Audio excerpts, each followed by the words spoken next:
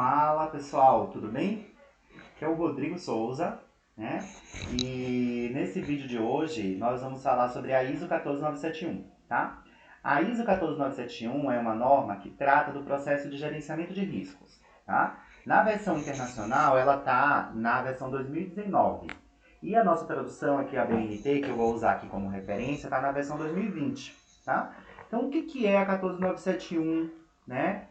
Qual o processo que ela traz, né? Então esse é o nosso objetivo de discutir aqui hoje para tentar dar uma clareada aí para vocês, tá? Esse vídeo, ele não é um curso de gerenciamento de riscos, né? É uma explicação, uma aula rápida, mas que dá para ter uma noção aí do que é a norma e qual o processo que ela sistematiza, tá? Se vocês quiserem fazer um treinamento completo, nós temos tanto ao vivo, gravado, presencial, em company, é só entrar em contato com a Moderna ou mesmo comigo aqui através do canal, tá bom? Então vamos lá. Então, a 14971, ela é uma norma que trata do processo de gerenciamento de riscos, tá? Bom, a 14971, ela é focada no produto da saúde e no produto diagnóstico de uso in vitro, tá? Então, conhecido aí como medical device em inglês, os correlatos, produtos médicos, toda essa categoria de produtos é enquadrada então na 14971, tá? Muita gente me pergunta assim, Rodrigo, eu posso usar a 14971 para fazer um gerenciamento de risco, por exemplo, de um cosmético, ou de um saneante, ou de um medicamento, ou de um processo? Pode, né? O conceito, o processo, ele não difere. Mas a própria 14 vai falar para a gente o seguinte, olha, a 14 ela foi pensada para empresas da área de produtos para a saúde. Tá? Então ela usa uma linguagem muito própria da área de produtos para a saúde. Outras áreas podem usar os seus conceitos, porém ela não foi pensada para outras áreas, ela foi pensada para produtos para a saúde. Então ela é uma norma específica que trata do produto para a saúde. É muito interessante vocês ficarem atentos, porque o gerenciamento de riscos é um requisito exigido na RDC 16, né, de 2013, que é a norma que traz a BPF, né, o Sistema de Gestão da Qualidade em Produtos para a Saúde. Ela também, o requisito de gerenciamento de riscos, também é uma exigência do requisito 7.1 da ISO 13485. Então, se a sua empresa cumpre a 13485, ou se ela cumpre a RDC 16 de 2013, ou ela cumpre as duas, ela precisa ter o gerenciamento de riscos. E o gerenciamento de riscos, a própria Anvisa, né, recomenda que seja feito com base na 14971, né, dada a relevância, né, que essa norma tem. É uma norma assim, internacional que é usada por diferentes países. Então imagine que todas as empresas que cumprem a 13485, né, elas seguem a 14971. Então aqui internalizou também o uso da 14971 como uma referência, inclusive pela Anvisa. Ah, mas eu nunca vi isso nas normas da Anvisa. Não está formalizado como uma RDC ou como uma resolução, mas existe um guia de implementação que a Anvisa emitiu em 2013 de como implementar a RDC 16. E lá ela sugere, né, que a gente use a 14971 para o processo de gerenciamento de riscos. Tá? Então a 14971 é uma norma muito interessante. Eu costumo falar que ela é trabalhosa, mas ela não é difícil, né? O processo que ela traz é um passo a passo muito sistematizado para fazer, então você consegue seguir o passo a passo e fazer o seu gerenciamento de riscos, tá? Então, justamente porque ela apresenta para a gente, né, um processo sistematizado de como fazer esse gerenciamento de riscos, tá? E ela parte de uma definição básica do que é um risco. Isso aqui é uma coisa muito importante, entender que risco é a combinação entre a probabilidade e a severidade de um dano. Então, muitas pessoas, né, eu vejo que confundem quando a gente fala de risco, confunde a definição de risco com a definição de situação perigosa. Risco é o resultado de uma combinação. Então, eu combinei a probabilidade e a severidade. Tá? A forma mais comum, mas não é obrigatório, que as empresas combinam, só para ficar uma coisa mais didática, é através da multiplicação. Então, você fala assim, a probabilidade de 1 a 10 é 8. A severidade dessa situação, de 1 a 10, é 5. 8 vezes 5, 40. Então, qual é o meu risco? 40.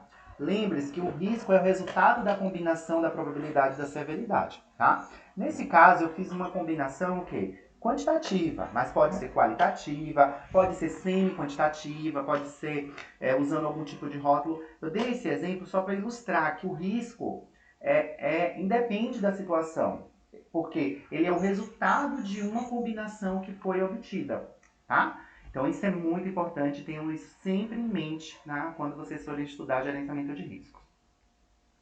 Aqui eu estou apresentando então algumas definições, né? A definição de dano está bem relacionada com risco, porque ele fala que risco é a combinação da probabilidade e da severidade de um dano. E dano, pessoal, é um prejuízo.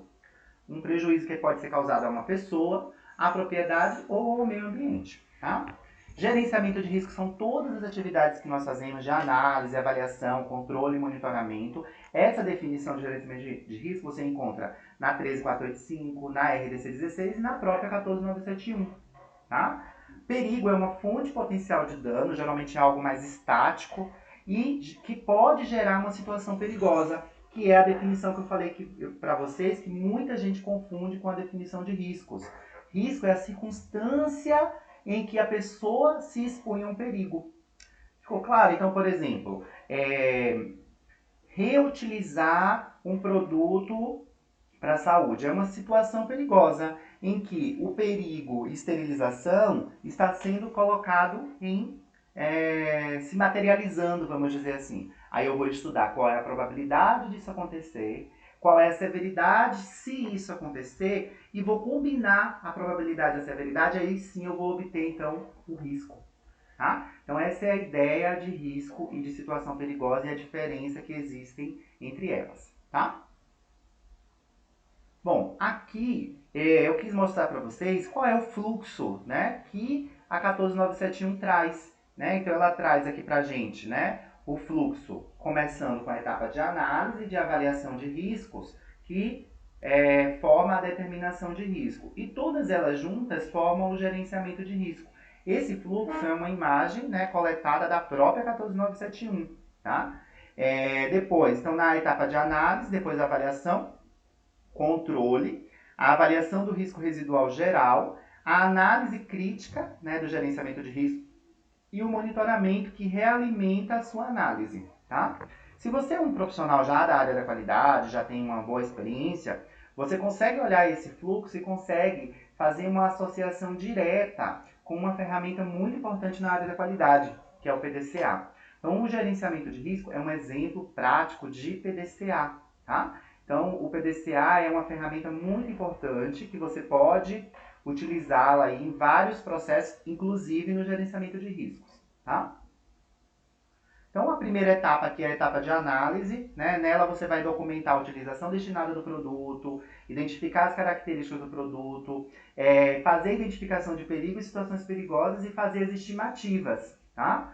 Então, geralmente, é a etapa mais longa do gerenciamento de risco, é a etapa de análise de riscos, porque a gente fica ali tendo que pensar todas as situações perigosas. Tá?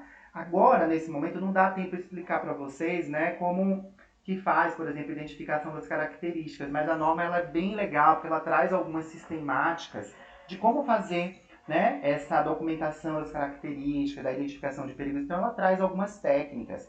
Mas o importante é que daqui sai uma parte considerável dessa etapa de análise, sai uma etapa considerável do gerenciamento de riscos. Tá? Então aqui a gente pode ver a planilha, né, quando a gente documenta então perigo, sequência de eventos, a situação perigosa. Então, ó, tem um perigo e tem uma sequência de eventos que vai gerar uma situação perigosa que vai causar um dano. Eu estimei aqui a probabilidade e a severidade e obtive então o meu risco, que é NPR, nível de prioridade de riscos. A gente vê tanto essa sigla, né?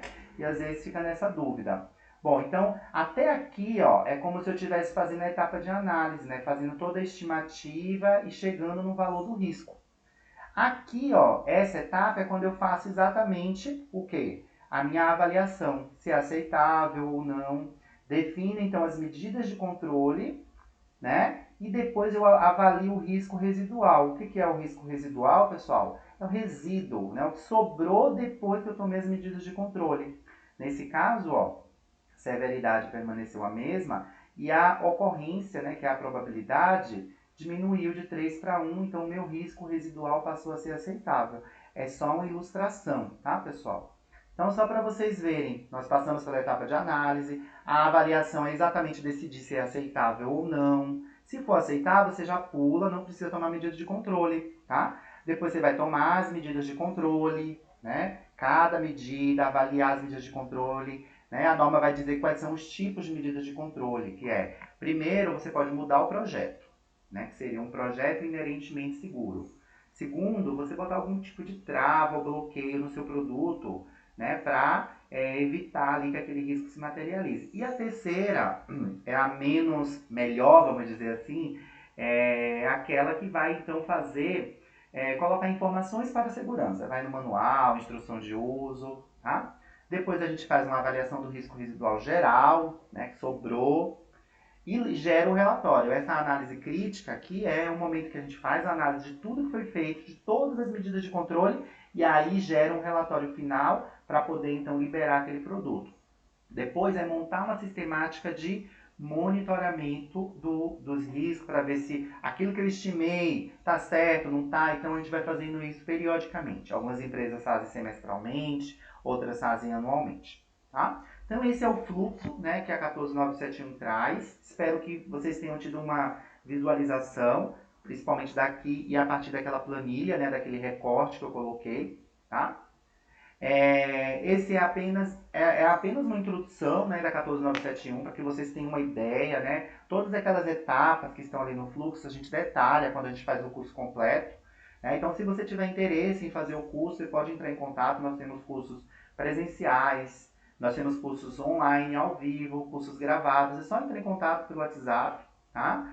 Que nós damos o devido retorno, tá bom? Aqui eu coloco também os meus contatos, né? O meu telefone, o meu LinkedIn, o meu Instagram, né? Vocês podem me seguir lá, que eu estou sempre à disposição para tirar alguma dúvida, responder alguma coisa e para algum serviço também, tá bom? Eu agradeço então, né, a participação de vocês, né? Que vocês estão assistindo esse vídeo, essa aula, e nós da Moderna ficamos então à disposição, caso a sua empresa aí precise de qualquer treinamento e eu, como consultor da qualidade na prática, também algum serviço. Um abraço, pessoal, e até a próxima.